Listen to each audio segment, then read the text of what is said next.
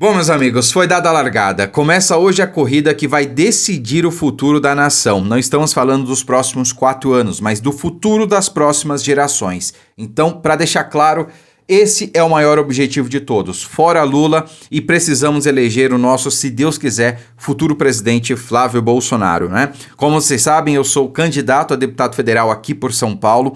Vou passar um pouco para vocês aqui das minhas propostas, mas antes eu quero mostrar aqui como foi o lançamento de campanha do nosso futuro presidente. Ó, dá uma olhada aqui. Copacabana, seu berço político, né? Sua base eleitoral. Dá pra gente perceber ali, ó, que tem uma quantidade expressiva de pessoas, né? Tem gente até na areia ali e tal.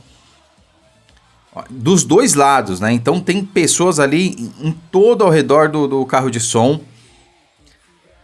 Ai, cara, como eu queria ver ali o presidente Bolsonaro ao lado do seu filho, né? Mas se Deus quiser, a gente vai ver essa cena o ano que vem.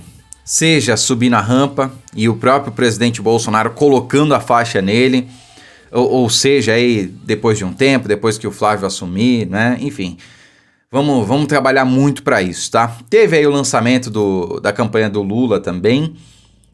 Chegou de helicóptero, né? Olha aí, ó. Você não vê uma bandeira do Brasil, você não vê um verde e amarelo, você não vê nada. E é claro que não dá pra dizer que flopou, né? Teve ali uma quantidade de pessoas razoável.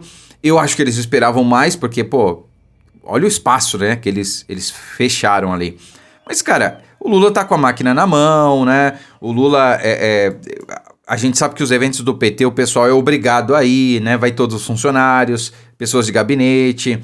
Então você pega deputados, senadores, vereadores e todos os assessores e funcionários pagos com o nosso dinheiro, com certeza estavam ali, né, para fazer volume. Porque o povo mesmo não vai, meu amigo. Como eu estava conversando com o meu amigo Fábio ontem, né, na nossa live do Acorda Brasil, que é o seguinte, até quem apoia o PT sente vergonha. Porque a gente se pergunta, por que a gente não vê petista na rua, no geral, né? Porque esse pessoal, eles têm vergonha de dizer que votam no Lula, entendeu? Votam porque são, enfim, cada um tem seus motivos, né? Uns são imbecis, idiotas, outros são só desinformados, outros são mau caráter mesmo, né? Mas cada um tem seus motivos, mas todos eles têm algo em comum, excetuando-se o militante, que aquele ali não tem jeito, né?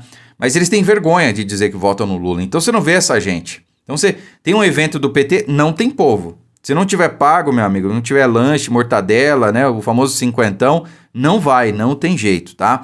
Agora vamos lá, pessoal, falando aí um pouco das minhas propostas, de como eu pretendo trabalhar nessa campanha e, se Deus quiser, eleito lá em Brasília, tá? A gente tem que pautar aqui pelo que está assolando mais a população hoje, que é justamente o custo de vida. O poder de compra foi corroído pela inflação, por um desastre chamado Lula, que simplesmente acabou com a economia do Brasil. Então você vê aí as famílias endividadas, 80% das famílias endividadas é o maior número da história. E as pessoas hoje estão tendo que parcelar pizza no cartão de crédito. Isso é resultado justamente de uma política voltada para isso. Foi intencional. Não foi porque o Lula é incompetente, porque o Haddad era incompetente. Não, a intenção era essa, quebrar o Brasil, deixar as pessoas na miséria. E é claro que para isso eles precisavam dificultar o que já era difícil, como por exemplo o aumento de impostos, né? Então nós tivemos a reforma tributária, para quem não se lembra, foi aprovada a toque de caixa. Gente, a reforma tributária, a proposta dela era justamente simplificar a arrecadação de impostos e diminuir. Mas na prática o que aconteceu foi o contrário. Ela burocratizou ainda mais o processo e aumentou. Na prática nós temos hoje o maior IVA do mundo, que é o Imposto de Valor Agregado. Então, a minha principal pauta vai ser, na redução de impostos, né, vai ser a revogação da reforma tributária. Porque, para quem não se lembra, ela foi aprovada a toque de caixa. O que isso quer dizer? Os deputados nem leram o projeto, nem leram a proposta. Simplesmente receberam milhões e milhões e milhões de reais em emendas e votaram a favor dela. Ela foi aprovada, ela foi apresentada no horário e minutos depois já estava aprovada. Ou seja, humanamente impossível alguém ter lido aquilo. Ninguém nem sabia do que se tratava, mas foi aprovada. Então a gente precisa trabalhar para revogá-la e essa vai ser uma das minhas principais bandeiras lá no Congresso, revogar essa reforma tributária. Eu sei que também é do nosso futuro presidente Flávio Bolsonaro, mas ele vai precisar de pessoas que estejam alinhadas com essas propostas lá com ele. Não adianta o presidente querer e não ter deputado que quer, entende? Então eu serei um desses que vou lutar e apoiar essa pauta, tá? A desburocratização da máquina como um todo, em diversos aspectos, a gente precisa facilitar a vida do microempreendedor, do empresário no geral, porque é quem gera emprego, quem gera renda, quem faz a economia girar. Então precisamos diminuir aí a burocracia para essas pessoas que querem empreender, reduzir impostos e facilitar a vida deles. Porque uma coisa está linkada à outra. Se você facilita a vida do empregador, a vida do empregado vai estar facilitada também. E uma coisa gira em torno da outra, né? Foro privilegiado. Eu vou apresentar e pautar a PEC do foro privilegiado. Essa será, talvez, uma das minhas... eu não vou dizer a principal, porque todas elas são importantes, mas uma das principais pautas. A PEC do fim do foro por prerrogativa de função. Eu defendo o seguinte, né, são 3 medidas que a gente precisa mudar no Brasil para virarmos um país de primeiro mundo em questão de poucos anos, né?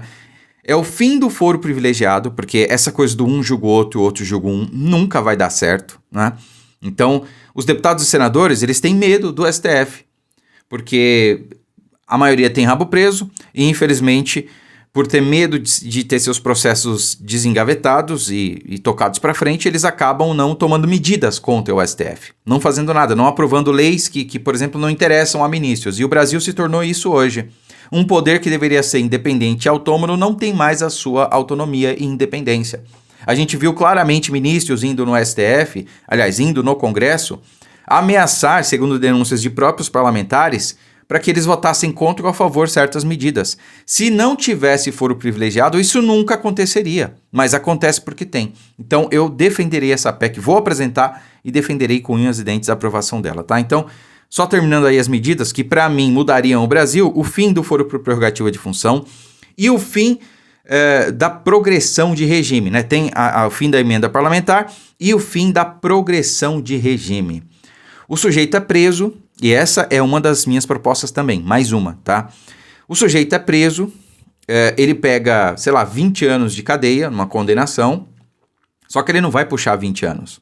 Com o sexto ele tem direito à progressão de regime, não sei o quê, semiaberto, aberto, e tá lá. Então, o sujeito ele mata uma pessoa, pega 20 anos, o que já é um absurdo para mim, deveria pegar no mínimo o dobro, né? Mas aí depende, enfim. Só que ele não cumpre os 20 anos. Ele cumpre às vezes 4, 5. Eu já vi gente ser preso e tá na rua com 2 anos. Progrediu de regime. Então, assim, isso precisa acabar. Precisamos acabar com a progressão de regime. O capitão Derrite, que é candidato ao Senado aqui por São Paulo, será eleito, se Deus quiser, juntamente com o nosso governador Tarcísio. Ele acabou com a saidinha. A gente ainda tem os presos que têm esse direito, porque eles adquiriram esse direito, né? Então, foram presos antes dessa lei, mas acabou. A partir de quando foi aprovado, no ano passado, não tem mais saidinha para preso. Então, o Derrite acabou com a saidinha e eu vou acabar com a progressão de regime. Acabando com a progressão de regime, os índices criminais no Brasil vão, olha, em alguns aspectos vão zerar. Escrevam e anotem o que eu estou falando. Aprovando o fim da progressão de regime no Brasil, muitos índices criminais vão zerar, literalmente, porque o sujeito, ao saber que ele vai ficar o tempo da pena toda preso, mas ele vai pensar 1 milhão de vezes antes de cometer o crime, seja roubo, seja furto, seja agressão, qualquer outro tipo de crime. Aí nós estaremos aí trilhando realmente o caminho certo para sermos um país sério, uma verdadeira democracia, um país de primeiro mundo em poucos anos. Temos condição para isso, tá? E aí, não por último, né, mas que eu elenquei aqui para vocês, tem várias outras coisas que ao longo da campanha eu vou trazer para vocês, vou fazer vídeos específicos de cada proposta, tá? Que é a revisão do Pacto Federativo. Essa sim eu posso dizer que é a minha principal proposta, porque é o seguinte, desculpem quem é de outro estado, né, mas pensa o seguinte, o Pacto Federativo, ele é extremamente injusto com São Paulo. Por que a gente fala que São Paulo sustenta o Brasil? Porque literalmente é isso. O Pacto Federativo é mais ou menos o seguinte, é uma questão bem mais ampla e complexa, mas eu vou resumir para vocês. Os impostos, eles são gerados, eles são recolhidos pelos municípios e pelos estados, certo? E aí os estados recolhem esse dinheiro, os municípios e estados recolhem esse dinheiro, esses impostos, né, produzem esses impostos e manda para a União.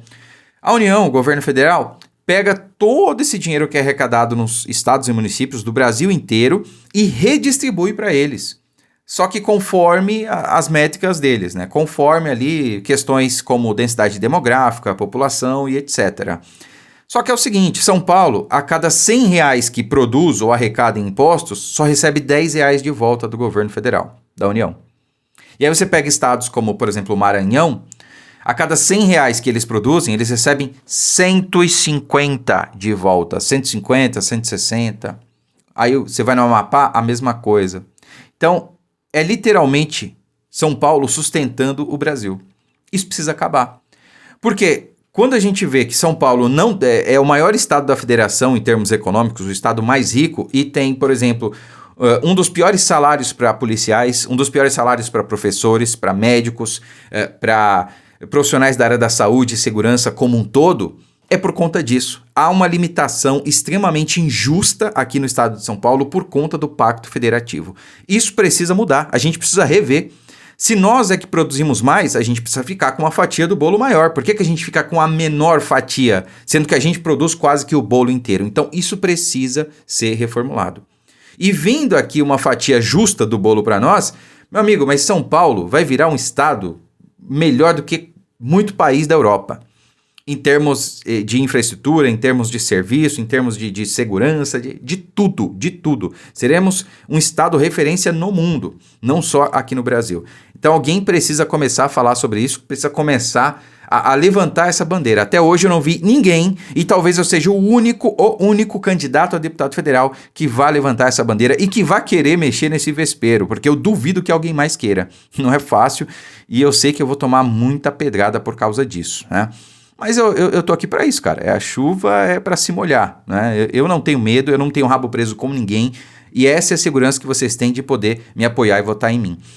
Eu não devo nada para ninguém, tá? Finalizando aqui, para não ficar muito extenso, eu criei um grupo de campanha onde você, mesmo você que não é do estado de São Paulo, né? Você vai poder me ajudar. Então, você conhece gente aqui, você tem acesso às redes sociais, vai poder distribuir meu material, compartilhar as minhas propostas, meus vídeos, e eu vou precisar de toda a ajuda possível. Mas você que é aqui do estado, de qualquer lugar do estado, quer receber meu material, adesivo, santinho, praguinha, adesivo perfurado para carro, a gente manda para você em qualquer lugar do estado. Entre em contato com esse número de WhatsApp aqui que está na tela, ou então entre no nosso grupo aqui de campanha, tá? O link vai estar na descrição e no primeiro comentário fixado também, tá bom? Conto com a ajuda de vocês, vamos juntos, rumo à vitória com Flávio Bolsonaro e, se Deus quiser, eu lá no Congresso para representar vocês. Muito obrigado, fiquem com Deus e bora para cima.